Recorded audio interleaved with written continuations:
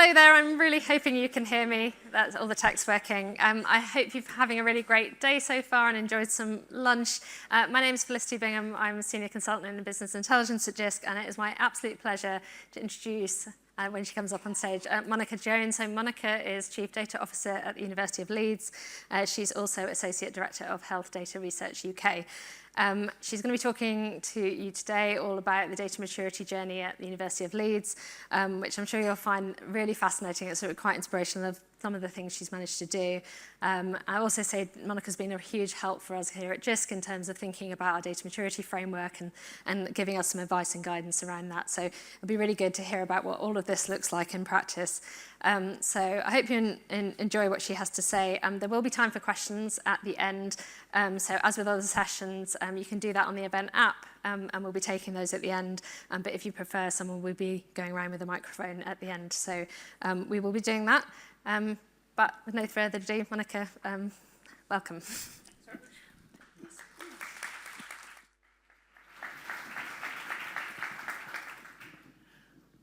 Well, hello everybody. Full house. And I had a number of name checks this morning, so I'm sort of feeling a bit this has been bigged up. So I hope I managed to reach your expectations. And as Felicity said, I'm the Chief Data Officer at the University of Leeds. Have I got a slide at the beginning? Maybe? Oh, clicker. Oh, self-help. Oh my goodness.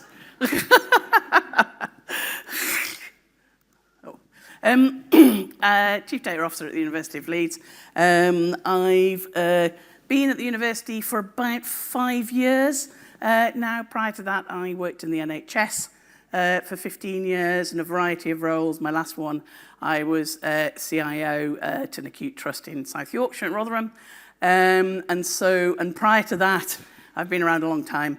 I was a British Army officer, so I was in the Royal Army Educational Corps. So I'm a teacher by trade, so essentially it's nice to do the full circle and come back to education. So how did I get into this role? And we heard this morning that actually there are only 1.377% of CDOs in higher education. So the University of Leeds a few years ago decided that we would invest in digital transformation. The council agreed to £76 million investment over 5 years, which sounds a lot of money, but when you're a big Russell Group university, with 40,000 students, nearly 10,000 staff, and a turnover of £1 billion, that actually only works out over those 5 years at a very few percent. I'll leave you to work it out. So when I was approached to see if I wanted to be the CDO, so I was in another role, as in a research funded role as a Chief Data Officer. And what had happened was we had a CIO, and then we realized that actually one person can't do it all, particularly for the size of the organization. So actually, we decided to form a C-suite. So a Chief Information Officer, Chief Technology Officer, Chief Data Officer, Chief Information Security Officer, and a Chief Architect. Guess how many women there are in that group? Yes, the normal 20%, which is me. But actually, when they approached me to say, you've been, doing some great things, but also making quite a lot of noise about our data governance practices and how we need to improve on that. Would you like to be the CDO? So I was hoisted by my own petard. But I said, but there's 3 things actually before I agreed to do this. One is that we need a data strategy.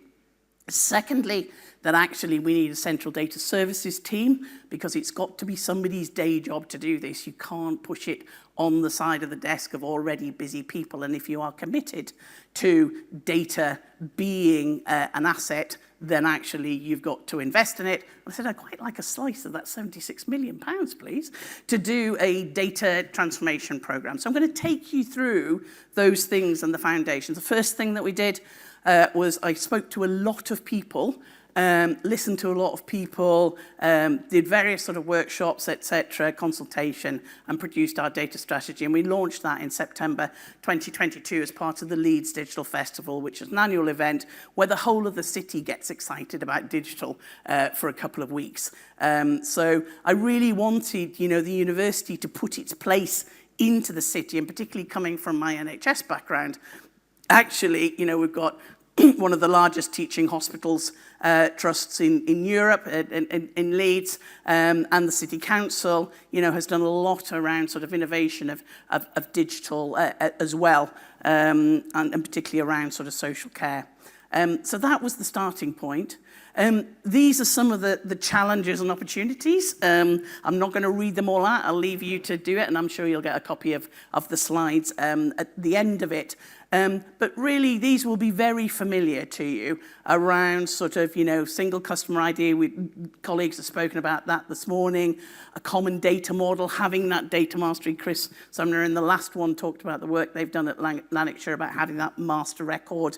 Data literacy and culture, because this isn't about, all about the tech. In fact, it's not really much about the tech at all. It's about the people and getting that engagement, and also the data ownership. Now, we don't need to sit down with a long list and say, you own this and you own that and you own that, because you'll be here forever. But it's about the concept of ownership. But also, from a GDPR perspective, when I say to people, so you're the data controller for this, and they go, oh, that's a bit scary. And I go, actually, well, all it means when you're the data controller is you get to decide what you want to do with your data. And they go, oh, yes, we want to do that. I said, right, you're a data controller.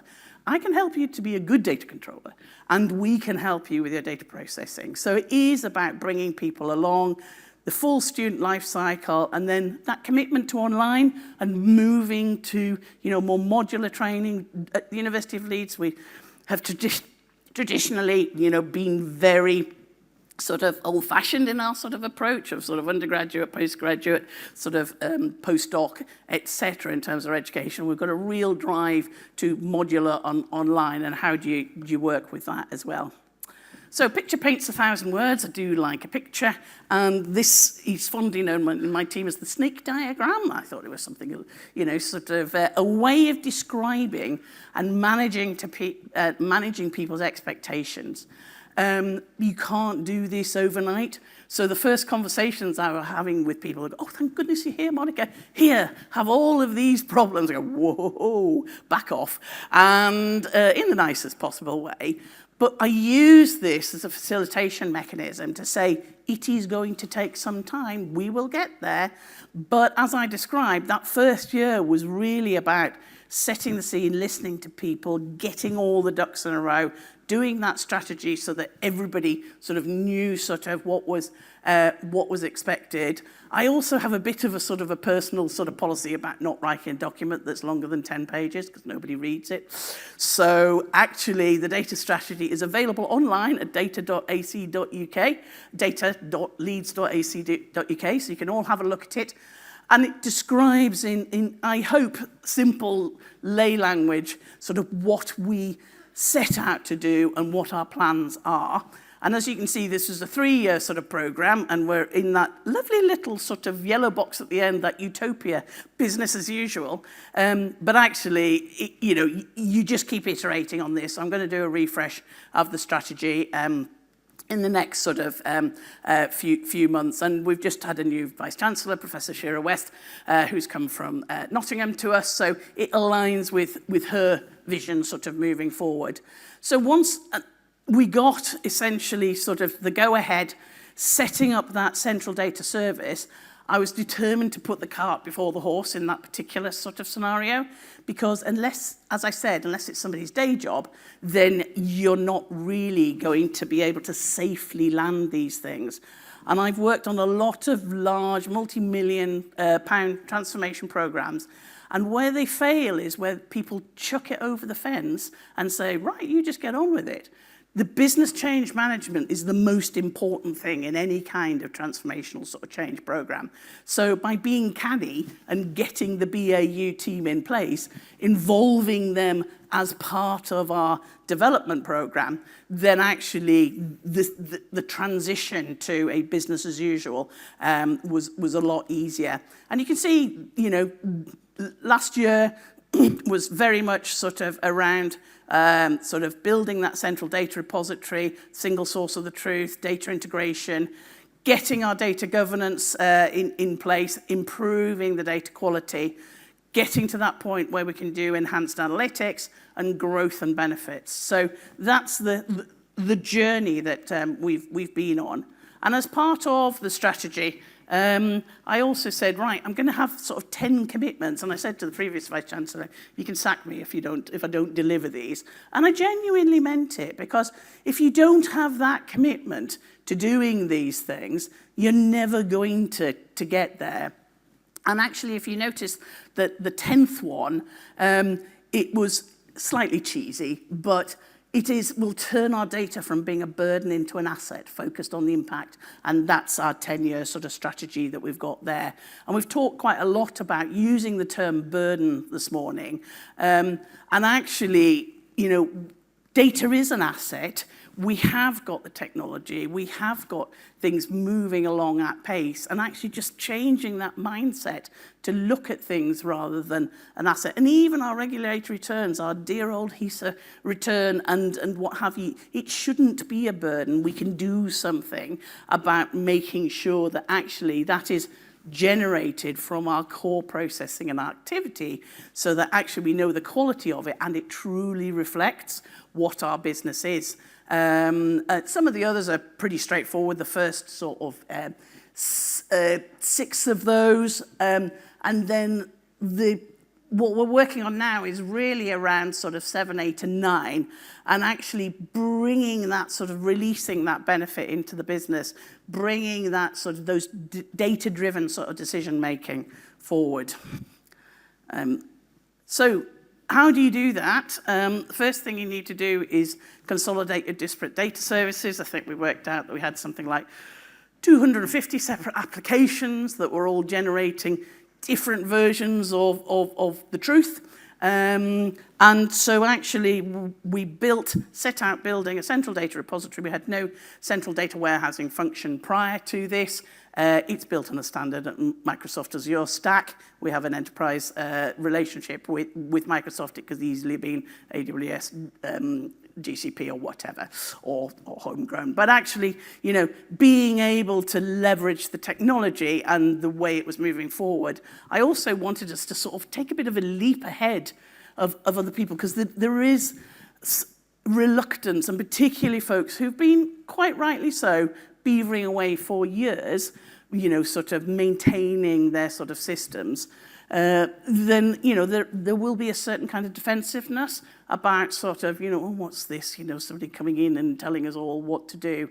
So it is about getting that unified data repository, but you also need to do the data integration. So rather than those point-to-point integrations, actually saying, let's do this in a uniform manner so that ultimately we can get to a plug and play.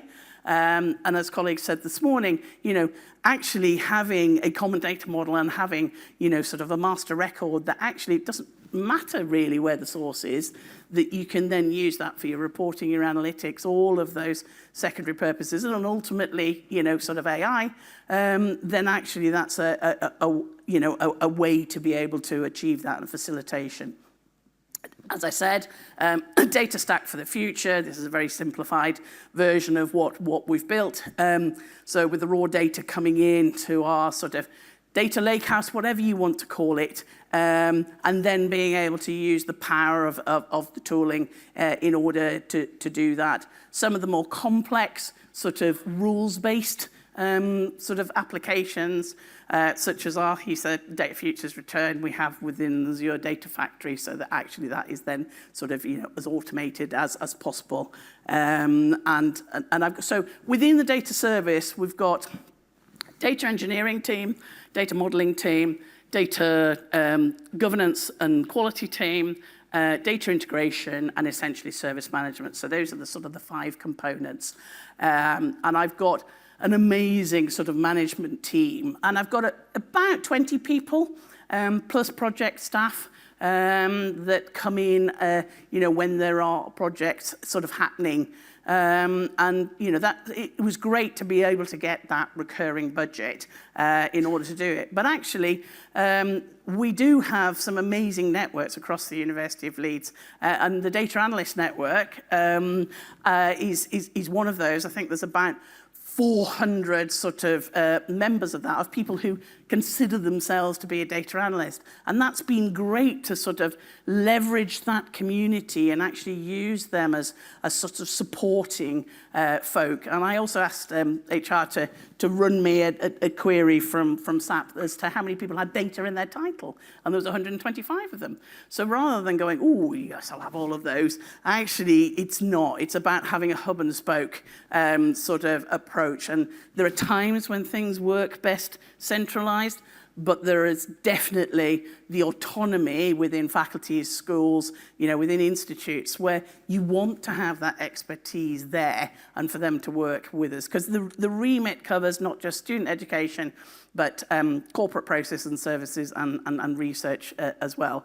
Although on the research side of things, it's probably more about the information about research rather than it being a repository for all of the research data, because generally PIs tend to be the data controllers and they will have sort of set that up. But my team, particularly the data governance side of things, working along with our secretariat, who has the data protection officer and the CIRO, actually advise and support around data management plans and data protection impact assessments. And some of that bureaucracy can seem a bit of a nose, but actually, if you do it right, it pays off in the long term. And that's also some of the education. I think I've probably already covered this. So progress so far, those are a few of the specifics. Another thing that I did was actually set up a data design authority that I chair. We had a technical design authority, and it was a sort of a cross between a sort of a design authority and a change control board. So we actually wanted to sort of break out some of that function and also get us to a point where we, from an enterprise architecture perspective, we have an enterprise design authority, but actually then the technical and the data design authority. So anything that is data heavy, or there are any kind of suggested sort of approaches, then they'll come to the DDA first. We meet sort of once a month, and actually it's a really good, friendly, sort of engaging place. I don't want to use it as a gateway to say, oh, you haven't ticked, box 725, go away and try again. It's actually, how can we help you to apply the data principles and actually help and encourage you? Or do you know that somebody else over there is actually doing this? You might want to go and talk to them, or we can sort of facilitate that.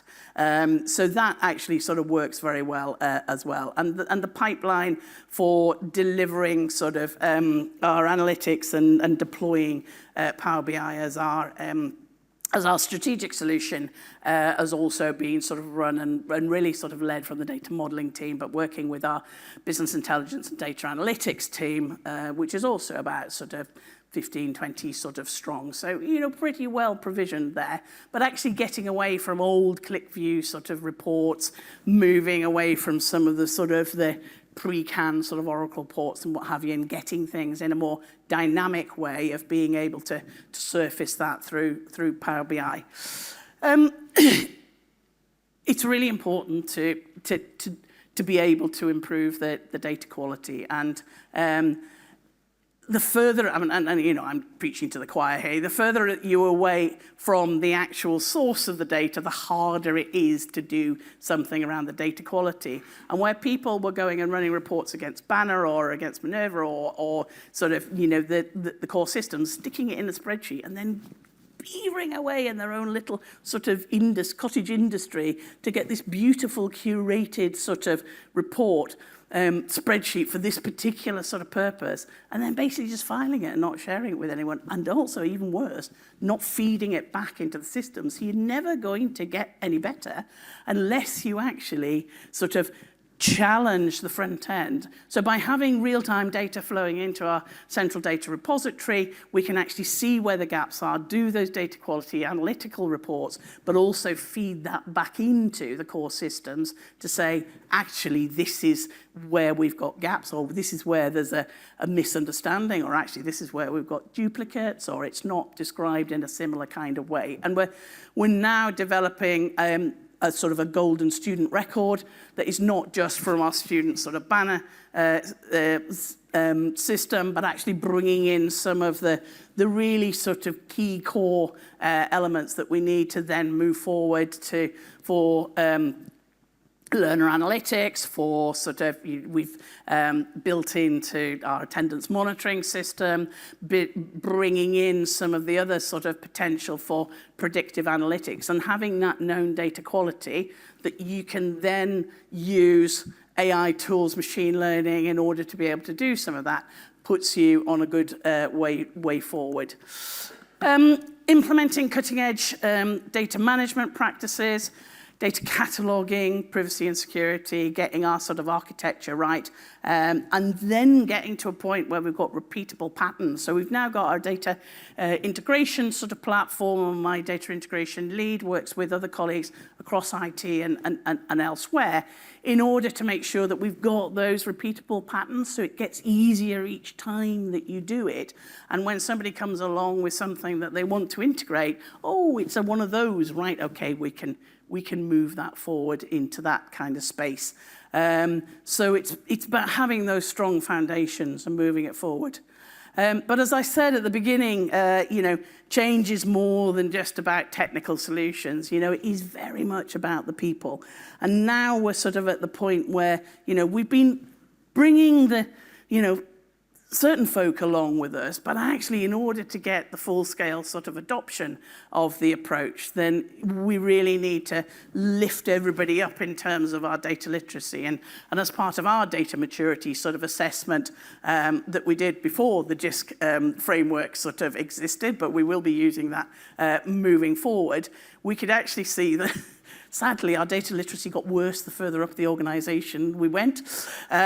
So had a sort of like a difficult conversation with some of our DVCs and deans, etc., and said, we'd really like to do a data literacy sort of senior leaders day. And they were up for it. And so we worked with a couple of SME companies, Oakland, who are a local company, to Leeds, and the Data Literacy Academy, who I met at the Data World sort of last year. And we actually held a day where we'd done some pre-interviews with sort of senior folk across the business. We focused on student education, because we thought, let's take one bite of the elephant at a time, and actually then started to say, how can we address some of these issues and challenges that we haven't been able to solve so far? And now we're rolling out, a much more extensive sort of data literacy sort of program as part of our sort of wider scale sort of adoption of our systems, our processes, and our technology. So that's quite exciting. I'm really chuffed about that. Okay, so 22 minutes. Does that mean 22 minutes left? Yeah, I think so. Lessons learned. So I was asked to write a blog, an article by colleagues at Jisc a few months ago. And as part of that, I put in some of Monica's sort of lessons learned and top tips, because I like to try and explain these things in a way that people feel that they could sort of, do it. So I would say from my perspective, view your organization's wider strategy through a data lens. So that's what I did with the data strategy. We had, I wanted to make sure that it fitted in with our overarching sort of strategy, but make it relevant to those who it affects, and try and keep it sort of clear and succinct and achievable. As I said, adopt the approach that the business change management should be established first so that you actually get that safe landing. Consult with the wider sort of business and internal networks and engage people. So there's a huge amount really here about that sort of engagement and bringing people sort of along, but also being quite robust about, look, we've invested. I mean, I got £2.1 million out of the data transformation for my data transformation program. I had to prove that there was a return on investment on that. So actually switching off some systems, saying this is now delivered through the CDR, through our data integration. You know, you've actually got, and in a way that's why you need to have somebody who's got that executive authority. So I report into the Chief Operating Officer. So actually that is part of the overall sort of, you know, way of making sure that this comes as a commitment from your institution, and that sort of investment. I've talked about recruiting that central data service, but viewing your data as an asset and a core function to enable that sort of transformation is important, and organise those into secondary usage sort of data sets with that emphasis of around the as is and the to be. So what's Monica's top tips? Create and promote a set of data principles. Got 10 data principles. I do like to have round numbers. And convene a data design authority to act as that mechanism. So you refer it back to your data principles so that people can see what the expectations are and how they're going to be able to do it. Emphasize those benefits. So we did a big benefits realization sort of workshop and worked with colleagues from across the business in terms of what that sort of engagement with. And this is sort of lessons I learned, particularly in the NHS.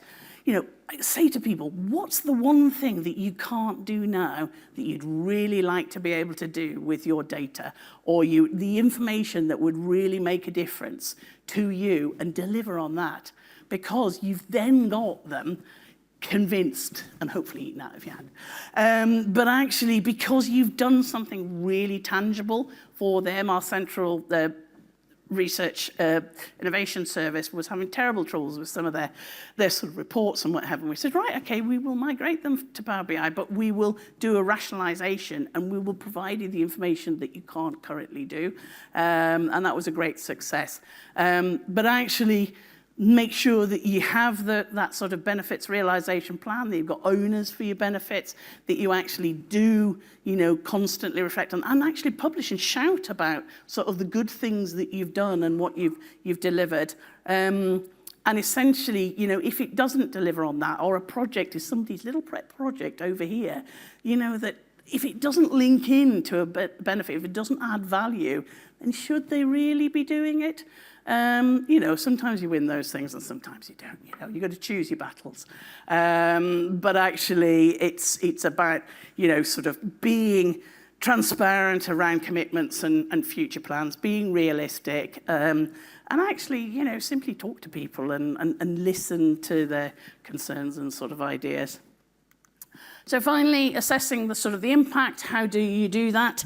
As I said, a fully implemented central data service remove the burden from end users, worked on that sort of culture, a trusted data repository and metadata, and having a really nice, accessible sort of front end as our sort of metadata portal, so that people can say, right, what are the data products within the CDR? Can I use them? Can I ask for them? Having a data access sort of mechanism for them to be able to request that, putting the whole sort of wrapper around that, but actually having something that is searchable, that has the metadata component underneath it. So if they want to test it out, they can actually run sort of, you know, the data model, create synthetic data, and actually see whether it would work for them. And the tooling is within the central data repository. We provide a get you in pack. But actually, if you want to bring your own sort of tooling and you've got licenses for it, or you want to use R or Python or whatever, then actually come and do it in that safe, secure environment, and actually have the role-based access in order to be able to do that. Being able to get those sort of reports, those data-driven sort of decision-making, and as I said the benefits realisation as that positive way sort of forward. And that's the link to the article that I wrote. And I think that's it. Oh, there we go.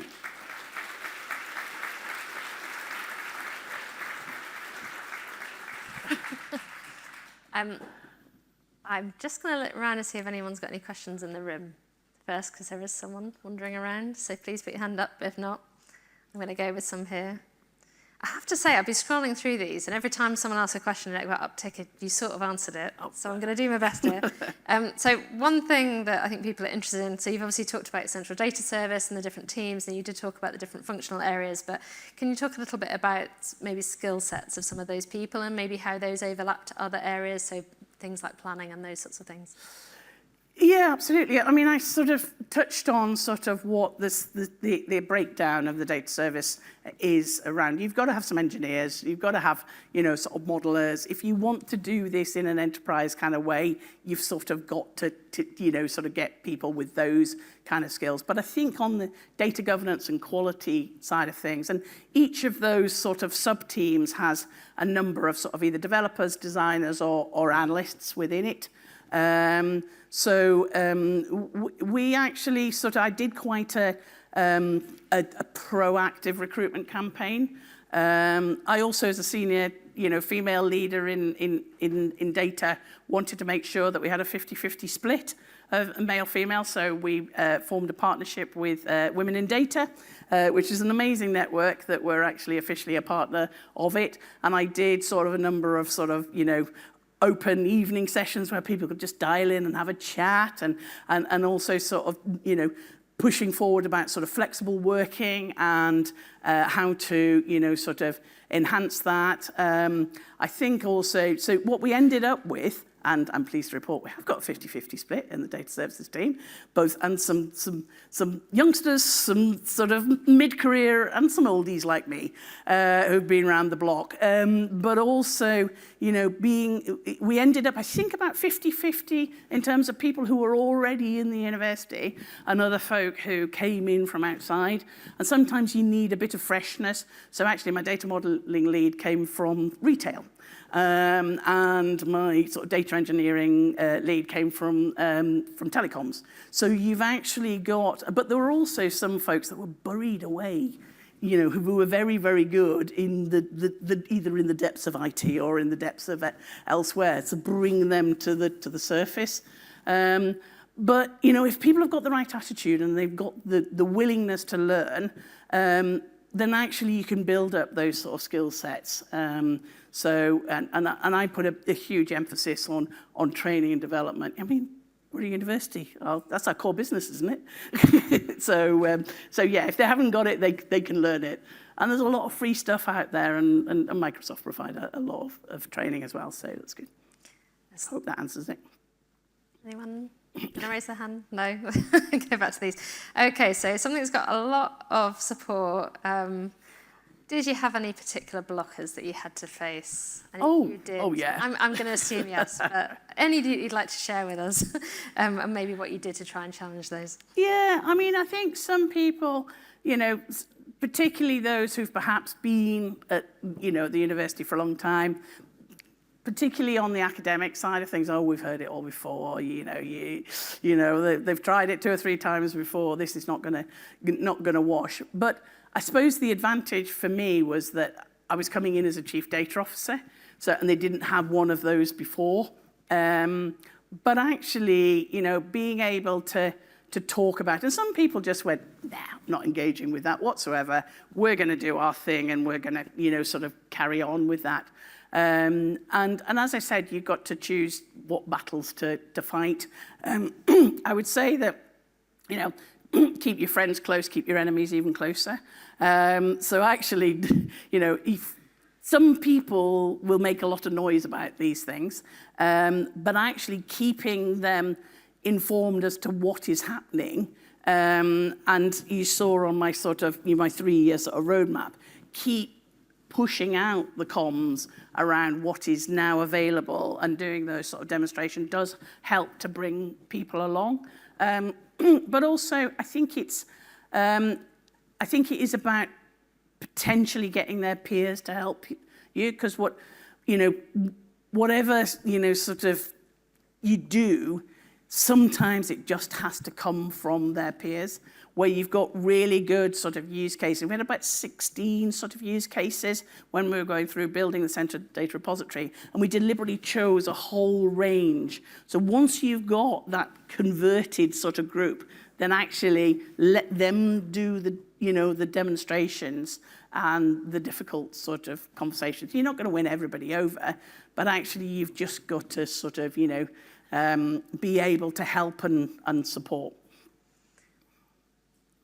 I don't feel like I'm going to get any hands, so I think we'll just leave that.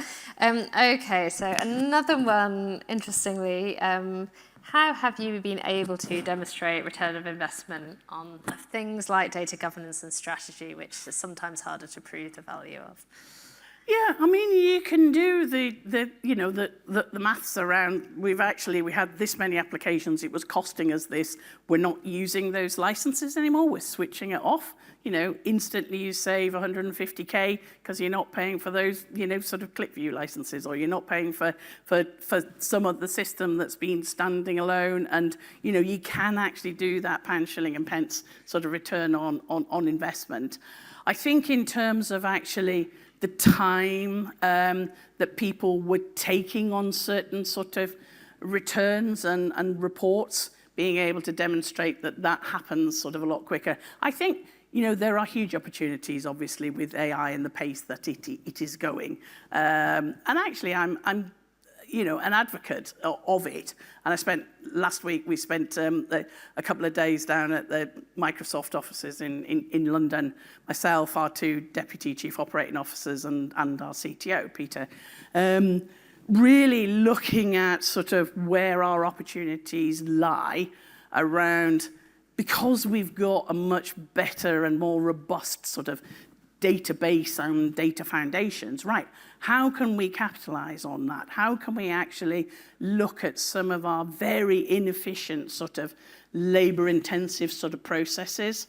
Can we just use Copilot in order to be able to, take minutes from meetings to produce sort of timetabling? We've got an example, actually, of one innovative guy who worked out that there was took 5 people 3 days in order to do a particular sort of set of timetabling for one of the faculties. And he, said, I'm sure we can do this a bit better.